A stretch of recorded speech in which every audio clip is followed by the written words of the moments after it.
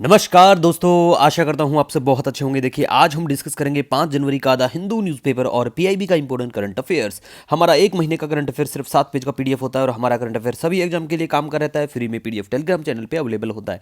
देखिए, सबसे पहले बात करेंगे very very important for today's current affairs, that is demise of veteran nuclear scientist doctor Rajagopala Chidambaram. देखो भाई, बात ऐसी है, कई बार ऐसा होता है जो एसएससी और बैंकिंग के जो पेपर होते हैं ना, उसमें जो भी रिजिग्नेशन अपॉइंटमेंट या फिर किसी की डेथ होती है तो वो पूछ लेते हैं कि रिसेंटली इनकी डेथ हुई है, ये किस चीज़ से संबंध रखते थे। तो आपको पता होना चाहिए ये हमारे न्यूक्लियर साइंटिस्ट थे, ठीक है। तो इनका नाम आपको ध्यान रखना है, ठीक है। उसके बाद में हम बात करेंगे कोल सेक्टर ने अचीव किया है हाईएस्ट एवर प्रोडक्शन इन 2024 में। कितना किया है ये यहाँ पे डाटा है और बाकी हाईएस्ट एवर है, तो ध्यान रखना, ठीक है। उसके बाद में हम बात करेंगे मणिपुर के जो गवर्नर हैं अजय कुमार भल्ला, इनका नाम याद रखना। बिहार के जो गवर्नर अभी बने हैं, कल हमने बताया था, उनका नाम भी पता होना चाहिए। और केरला के जो गवर्नर नए बने हैं उनका नाम भी आपको ध्यान रखना है, ठीक है। क्योंकि ऐसी बात है, एसएससी वनडे एग्जाम में ऐसी वाले वन लाइनर टाइप के सवाल पूछना बिल्कुल आजकल लाजमी हो चुका है, ठीक है। इसके बाद में हम बात करेंगे यहाँ पे cruise terminal proposed for great Nicobar island. Map में आज आपको हम ग्रेट निकोबार भी दिखाएंगे, घुमाने ले चलेंगे, ठीक है। तो क्रूज टर्मिनल प्रपोज किया गया है यहाँ के लिए। तो एनवायरमेंटलिस्ट जो है उनके द्वारा कंसर्न भी जताए जा रहे हैं। अब हम बात करेंगे बुल टैमिंग स्पॉट के बारे में, ठीक है। बुल टैमिंग स्पॉट काफ़ी चर्चा में रहता है। एनिमल जो एक्टिविस्ट हैं वो भी लेके इसको चर्चित रहते हैं कि भाई ये गलत है ना।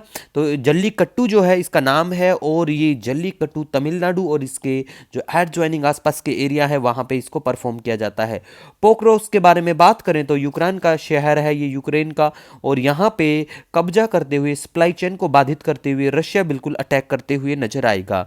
इसके बाद में बात करेंगे पोलावरम इरिगेशन प्रोजेक्ट गोदावरी नदी पे है और ये बिल्कुल आपको नजर आएगा आंध्र प्रदेश में। पहले भी बहुत बार हम डिस्कस कर चुके हैं, साथ साथ इस नदी को भी हम बहुत बार डिस्कस कर चुके हैं। तो आप अगर हमारे चैनल पे नए हैं तो गोदावरी नदी का बेसिक आपको बिल्कुल पता होना चाहिए और ये चीजें आपको हमारी जो एनसीईआरटी की जो बुक है उसमें भी कवर होता हुआ नजर आएगा। तो जो बेसिक एनसीईआरटी है, कई बार बच्चे पूछते हैं कि सर ज्योग्राफी के लिए जो बच्चे तैयारी करते हैं पीसीएस और सिविल सर्विस एग्जामिनेशन की, तो what they have to study from geography और किस सोर्स से क्या पढ़ना चाहिए। तो सीधी सी बात होती है, 11वीं क्लास की 2 एनसीईआरटी है और 12वीं की 2 एनसीईआरटी है, दोनों को अच्छे से रगड़ डालो और बिल्कुल काम हो जाएगा आपका, ठीक है।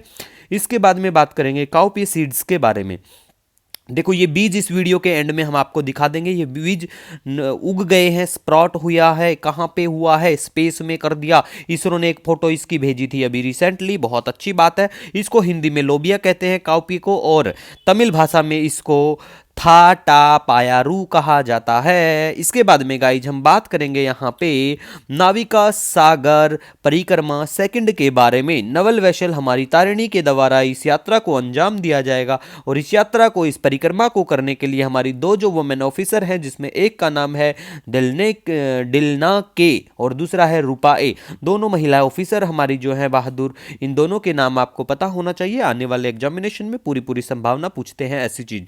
उसके बाद में हम बात करेंगे हमारी सरकार जो है एक्सपोर्ट करेगी 2 लाख टन ऑफ व्हीट। किसको देंगे? हम देंगे नेपाल को, ठीक है, सहायता कर रहे हैं हम उनकी।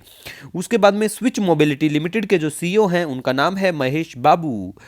नेक्स्ट हम बात करेंगे सेंट्रलाइज्ड पेंशन पेमेंट सिस्टम के बारे में। अब कमेंट करके ये मत बोलना सर ऊपर की 4-5 न्यूज जो है वन लाइनर टाइप की है, तो भैया जैसा पेपर में जैसा न्यूज में आता है हम आपके लिए बिल्कुल वैसा लेके आते हैं, टेंशन फ्री रहो। जो चीज़ हमें लगती है कि ये थोड़ा अच्छे से बताना है तो वो हम अच्छे से बताते हैं, तो ये बोलने का कोई आपका मतलब वो कोई ज़रूरत भी नहीं है। लेकिन आपको अगर लगता है कि इस चीज़ में से हमें ये लेके आना चाहिए, कोई सुझाव है, तो मैं बिल्कुल हमेशा आपका स्वागत करता हूँ, सजेस्ट करते रहिए, क्योंकि आपसे ही मैं हूँ। तो देखिए, सेंट्रलाइज्ड पेंशन पेमेंट सिस्टम के बारे में बात करें, इस सिस्टम का मेनली एम है स्ट्रीमलाइन करना पेमेंट प्रोसेस को और एलिमिनेट कर देना, खत्म कर देना नीड फॉर फिजिकल वेरिफिकेशन की, और इसको इंप्लीमेंट किया जाएगा जो हमारा ईपीएफओ है, that is employees provident fund organisation, जो अलाउ करता है pensioner to access their pension from any bank और एनी ब्रांच नेशन वाइड। अब अगर हम बात करें एम्प्लॉइज प्रोविडेंट फंड ऑर्गेनाइजेशन के बारे में, ईपीएफओ, तो देखो ये एक स्टैट्यूटरी बॉडी है। कोई भी बॉडी अगर किसी एक्ट से उसको बनाया जाता है तो उसको हम स्टैट्यूटरी बॉडी कहते हैं।